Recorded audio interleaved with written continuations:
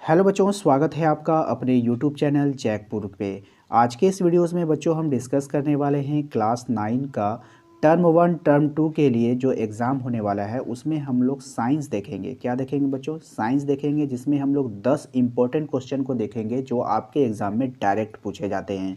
तो वीडियो काफ़ी इंपॉर्टेंट होने वाला है, शुरू से लेकर अंत तक बने रहना है। काफ़ी छोटी वीडियोज़ है, फिर भी इसे पूरा देखिए, क्योंकि यहीं से आपका 1-2 क्वेश्चन आपको मिलेगा एग्ज़ाम में। यानी 10 क्वेश्चन आपसे पूछा जा रहा है, 2 क्वेश्चन की गारंटी है कि आपको एग्ज़ाम में यहाँ से देखने को मिलेगा। तो काफ़ी इंपॉर्टेंट वीडियो होने वाला है, शुरू से लेकर अंत तक बने रहेगा। यदि आप हमारे चैनल पे पहली बार आए हैं तो चैनल को सब्सक्राइब कर लीजिए, घंटी के बेल आइकन को दबा दीजिए अगली वीडियो के नोटिफिकेशन को पाने के लिए। तो चलेंगे वीडियो पे। देखिए हमारा पहला सवाल है, तो बच्चों हमारा पहला सवाल है कि बल का एसआई मात्रक क्या है। जो बल होता है उसका हमें एसआई मात्रक बताना है। तो बल का एसआई मात्रक हो जाएगा आपका न्यूटन। क्या होगा बच्चों? बल का एसआई मात्रक हो जाएगा न्यूटन, और इसे हम एन के द्वारा भी प्रदर्शित करते हैं। ठीक है, तो काफ़ी इंपॉर्टेंट रहेगा आपके एग्ज़ाम के लिए, आपके टर्म 1 और टर्म 2 एग्ज़ाम के लिए। ठीक है बच्चों, तो चलेंगे अब नेक्स्ट सवाल पे। अगला सवाल है हमारा बच्चों, अगला सवाल है हमारा कि न्यूटन गति का कौन सा नियम बल की परिभाषा देता है। तो न्यूटन गति का कौन सा नियम बल की परिभाषा देता है, ये हमारा अगला सवाल है और काफ़ी इम्पोर्टेंट सवाल भी है। तो न्यूटन गति का कौन सा नियम बल की परिभाषा देता है, तो चलिए इसके आंसर को देख लेते हैं। तो पहला नियम, न्यूटन गति का जो पहला नियम है वो क्या देता है? बल की परिभाषा दिया है फर्स्ट नियम ने। ठीक है बच्चों, तो उम्मीद करते हैं कि आपको समझ में आ गया है। चलेंगे अगले सवाल की ओर। हमारा अगला सवाल है, एक न्यूटन किसके बराबर होता है? एक न्यूटन किसके बराबर होता है?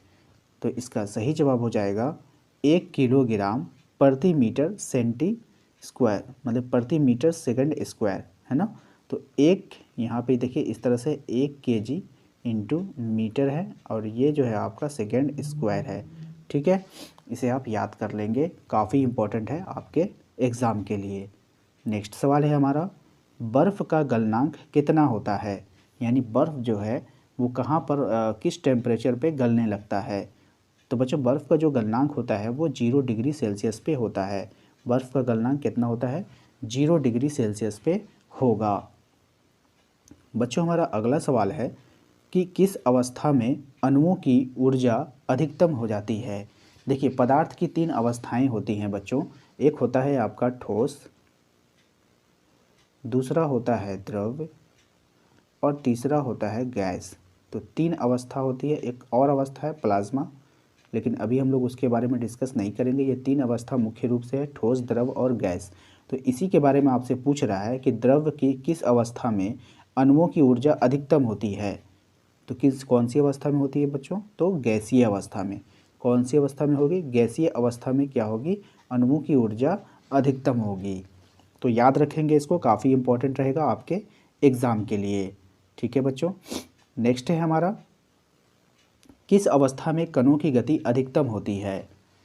फिर से उसी से आपको या तो ये सवाल पूछेगा, दोनों सवाल काफ़ी इंपॉर्टेंट है, या तो ये आएगा या तो ये आएगा, और दोनों का आंसर बिल्कुल सेम होगा, गैसीय अवस्था में, है ना।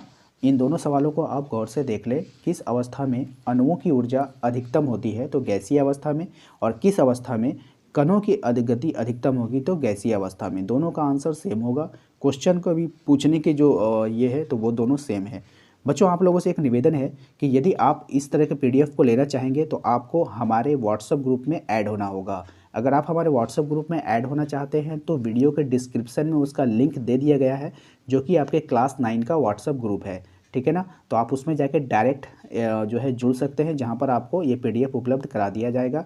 साथ ही साथ बहुत सारे आपको नोटिफिकेशन भी आपको व्हाट्सएप के द्वारा मिलता रहेगा। तो आप हमारे अगर व्हाट्सएप ग्रुप से जुड़ना चाहते हैं तो वीडियो के डिस्क्रिप्शन में उसका लिंक दे दिया गया है, आप जाकर वहाँ से जुड़ सकते हैं। ठीक है बच्चों, चलिए अगला सवाल देखते हैं, आत्महत्या का थैला किसे कहते हैं? तो आत्महत्या का जो थैला होता है बच्चों, उसको कहते हैं हम लोग लाइसोसोम को। लाइसोसोम को, है ना। आत्महत्या का थैला किसे कहते हैं? लाइसोसोम को। ये थोड़ा सा आपको अजीब लगता है कि सर आत्महत्या क्यों कहते हैं? तो बच्चों देखिए, हमारी कोशिका में बहुत सारे अंग होते हैं ना, छोटे छोटे छोटे छोटे। मान लीजिए ये एक कोशिका है और इसमें छोटे छोटे बहुत सारे अंग होते हैं, तो उसमें से एक होता है लाइसोसोम। अगर ये कोशिका हमारा डेड हो जाता है, काम नहीं करता है ना, तो ये लाइसोसोम क्या होता है, फट जाता है और फटने के बाद ये सेल को मार देता है ना, ख़त्म कर देता है। तो इसीलिए इसको कहा गया आत्महत्या का थैला। तो आत्महत्या का थैला किसे कहते हैं, तो लाइसोसोम को, याद रखेंगे। नेक्स्ट सवाल है हमारा, नारियल का रेशा किस ऊतक का बना होता है, तो दृढ़ ऊतक का। नारियल का रेशा किस ऊतक का बना होता है, तो दृढ़ ऊतक का। और काफ़ी इंपॉर्टेंट सवाल है, इसको आप VBI में रखेंगे, ये आपके एग्ज़ाम में पूछा जा सकता है। अगला सवाल है हमारा, कौन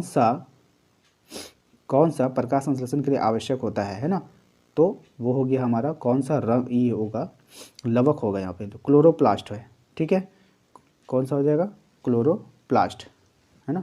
कौन सा यहाँ पे लगा नहीं है, लवक है ना। क्वेश्चन को एक बार फिर से देख लीजिएगा, कौन सा लवक प्रकाश संश्लेषण के लिए आवश्यक होता है, तो वो है हमारा क्लोरोप्लास्ट, है ना। चलेंगे अपने अगले सवाल पे। बच्चों हमारा अगला सवाल है, कोशिका झिल्ली किस में उपस्थित होती है, तो कोशिका झिल्ली उपस्थित होती है जंतु कोशिका में, है ना। एक होता है बच्चों हमारा पादप कोशिका, ठीक है, और एक होता है हमारा जंतु कोशिका।